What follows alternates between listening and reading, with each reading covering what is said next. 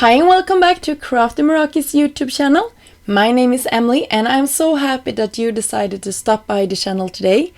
In this video I will be creating 2 cards using the new Blooming Halo stencil from Crafty Meraki, and I just love it. But to start off this video I decided to hot foil some backgrounds, and I am using a new hot foiling plate called Diamond Dazzle, and it's just stunning. Look at it, all of that shine. And I will also create some butterflies to go with these, and I use the Emperor wings, and I also use the Luna Meraki, both of the new butterfly dies, and I cut them out of some solid cardstock in different shades and also some matte gold cardstock, and I am obsessed with dimension, so I took some small foam dots to the back of this and just attached them together. And I just love dimension on die cut pieces like this, so yeah, it was worth it to me to do it, but it took some time. And for my stenciling here today I will be creating 2 panels.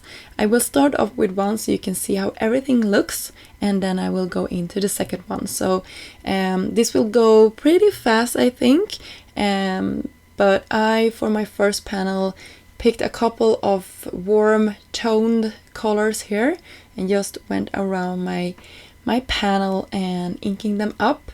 You can see there that I had sort of one random color. I had only the purple, one in the purple, and I didn't like that, so you will see how I will cover everything up so it looks more natural on the finished project here. But I really like how this stencil are sort of easy to use. You can see that you have your alignments there up in the corner if you like to use them. I didn't for my project today, but you totally can. It was really easy to line up, and I also have the packaging with an image of the entire image to the side, so I can see which layer I am on and where it is supposed to be nestled in. Another tip, if you like everything to be perfectly aligned, you can also cut it out with the coordinating dies first if you like. And here is the finished piece that we created. I love it. It's only one layer left to do, and they are sort of overlapping, but you could there really clearly see how the reef looks, and it's just stunning. And by the way, I'm using ink from Concord and 9 today, and you can use whatever inks you like. So here it is.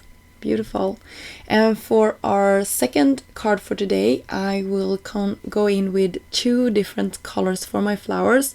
So one sort of muted orange and one pink. No. One yellow and one muted orange. That was what I was supposed to be saying. So you can see here, when it's this large of a gap, you don't really need to mask anything off. You can just use your brushes and it will do the work for you. So here is the leaves, and I went with a teal color for these leaves, and then I mixed it up with a light green for the second leaf pair, and then ended up with a really dark teal color for my 5th and last layer for this wreath.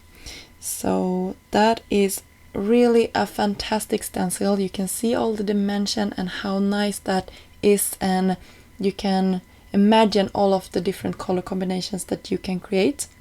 So I laid some of my pieces out here just to get an idea and a feel of what I wanted to create. And you will see that that happy birthday sentiment will not end up on my finished projects. I will line up carefully my die and run it through my machine of camera, and then I will start building my cards here. So for the card that I decided to keep flat, I used a cream colored card base and then with some glue attached my panel. And you can see I slightly cut it down to fit better on top of a card base. And that hot foil sentiment that says happy birthday, that comes from the little green stamp set from Crafty Meraki.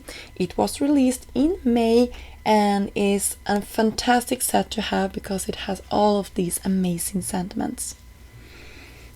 So for this I will actually raise this up with some more dimension to the back just to make it pop against our background.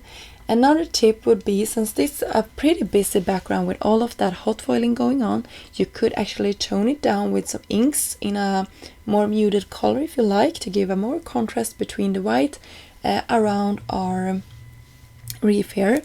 But I didn't think I needed that. I really like how this turned out, and you can see I put even more dimension on the back of my butterflies just to make them really stand up from the reef there. And I use the same sentiment.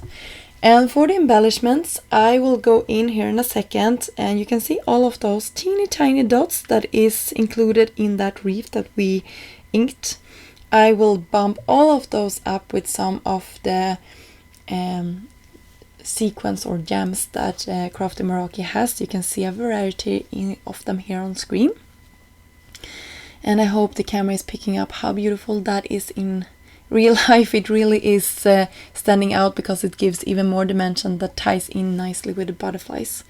So here is our two finished projects. I hope you liked them and got inspired to create something. Please leave a comment down below and considering subscribing to the channel if you like the content we are creating. Until next time, have a great day. Bye!